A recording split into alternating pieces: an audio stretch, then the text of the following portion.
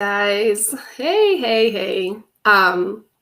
If you're watching from YouTube, go ahead and press subscribe and hit the bell for notifications for future videos. We're going to be doing lots of videos over on YouTube for interviews of people just with their stories, because who doesn't love to hear people's real life stories? I love to talk to people. It doesn't matter what kind of person, if they're known people know who they are, or if they are people that live next door. I love to hear people's stories. So we're going to be doing a lot of that on there. I'm going to also be talking about twins, having multiples, being a parent of multiples. I'm going to interview twins, even my own twins and siblings and stuff like that, just because for me, that's fascinating. So there will be a variety of things over there. Mostly it's to encourage you. It's to encourage you and to lift you up and build you up, especially in your faith. So, I just was thinking, I have a lot of stories in my own life that point back to couldn't have done it unless God did it, So we're just going to talk a lot about that stuff here. Because I feel like for me, that is super, super encouraging. And looking also as believers, looking back on the pathway that God has taken us on, and, finding the gold in those places. A lot of that is perspective. A lot of that is how you're looking at it. So all that to say is today our title is, what would you do if money wasn't an issue?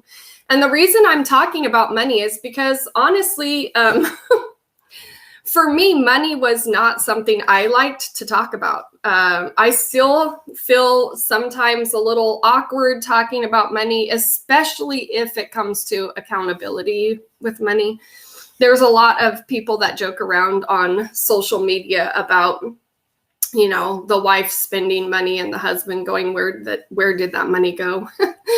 I'm not quite that person or anything, but when it comes to giving your money a job, or budgeting your money and getting detailed and then being held accountable for it, just being responsible for the choices you decided. Okay, you decided, then you allow someone to help you by keeping you accountable.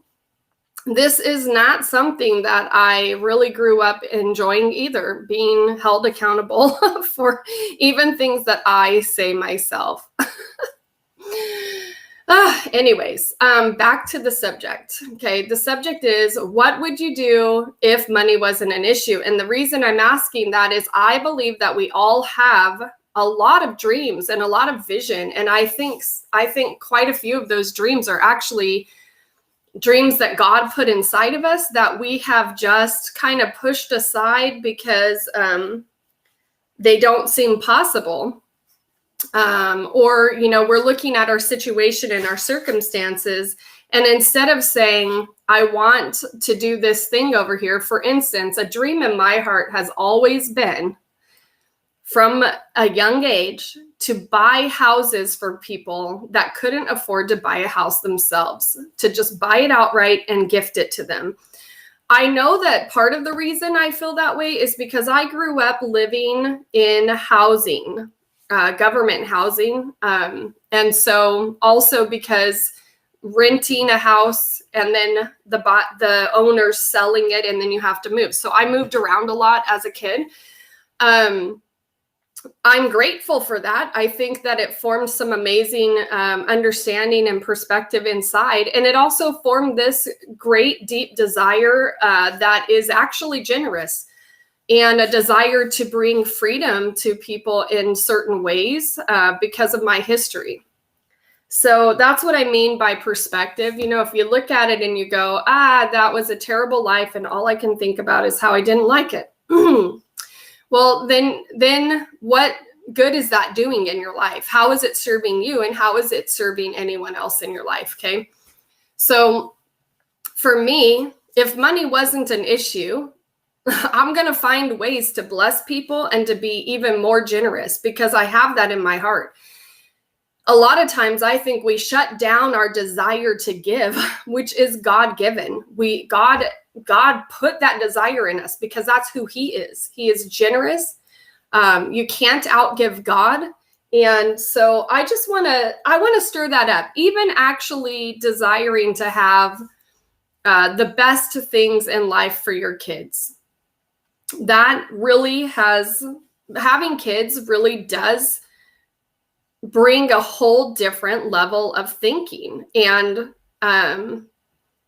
so I want to encourage you to start dreaming. I want you to answer this question, if you can, in the comments. Tell me, share with me. I would love to know what your dreams are, how you would utilize a cash flow if money was not an issue. Okay, if you just had all the money and you didn't have any hindrance, what would you do with it?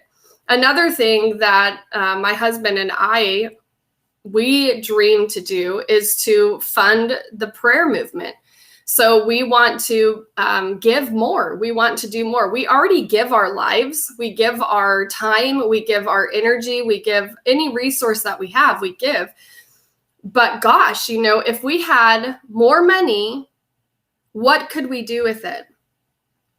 What would you do with more money? Okay. It doesn't work for me to think, oh, if I gave you $10,000 tomorrow, what would you do with it? If that works for you, think like that and then make the comment.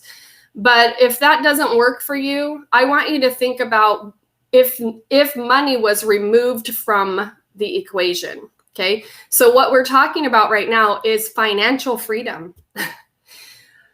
Here's the story. I think I told it yesterday, but I'm going to tell it again because when I was in high school, I grew up in a family like most Americans that are actually in debt. On the outside, nobody would probably know that. You wouldn't be able to tell because you're okay. You have a house, you have a car, you have clothes and food. But as I started to venture out on my own, I became someone who was using credit cards to get what I wanted. That didn't last long because I didn't like it. And I'm self-aware enough, and I was self-aware enough that, for me, that wasn't a price that I was willing to pay. I felt the pressure like a weight on my shoulders that I owed money. So I took care of that, and then I cut up my credit cards. And that's how I dealt with it when I was younger, in my 20s. Now I am becoming versed, so to speak, in the language of finances and in money because number one, I married a guy who is a numbers guy. So he's very good at this. But number two, it is God's plan and his will. And there's a transfer of wealth that he wants to make into the hands of the believers and those who are going to use the money in the earth to further the kingdom. So anyways, I would love to hear back from you guys. I'm going to get off here because we're at 8 minutes and I like to keep it pretty short. I don't know if you appreciate that, but I do when I'm watching a video. So make a comment, share your thoughts on that. I would really love to know what are the things that you would do if money isn't an issue for you. Maybe that's adoption, okay? Maybe that is funding an orphanage in another country. Maybe that is building housing and what would they call it? When human trafficking, rescuing human trafficking and establishing a home where they get rehabilitated, okay? Just anything. I mean, maybe you would just buy a house because you don't have one. Maybe you would, what else might you do? Maybe you would buy a car because your car is broken down and it's been really, really difficult. Maybe you would buy groceries for the person behind you. I love that idea. That's happened to me once or twice in the coffee. Oops, sorry, honey. In the coffee line for coffee. Please leave this alone, okay? So anyways, there isn't anything too small or too big. I just want to start the process of dreaming and thinking about what you might do, because when you do that, you're going to set your track. You're going to set your path for those things. And guess what? They're going to happen. Okay, guys, have a wonderful Wednesday, and I will talk to you again soon.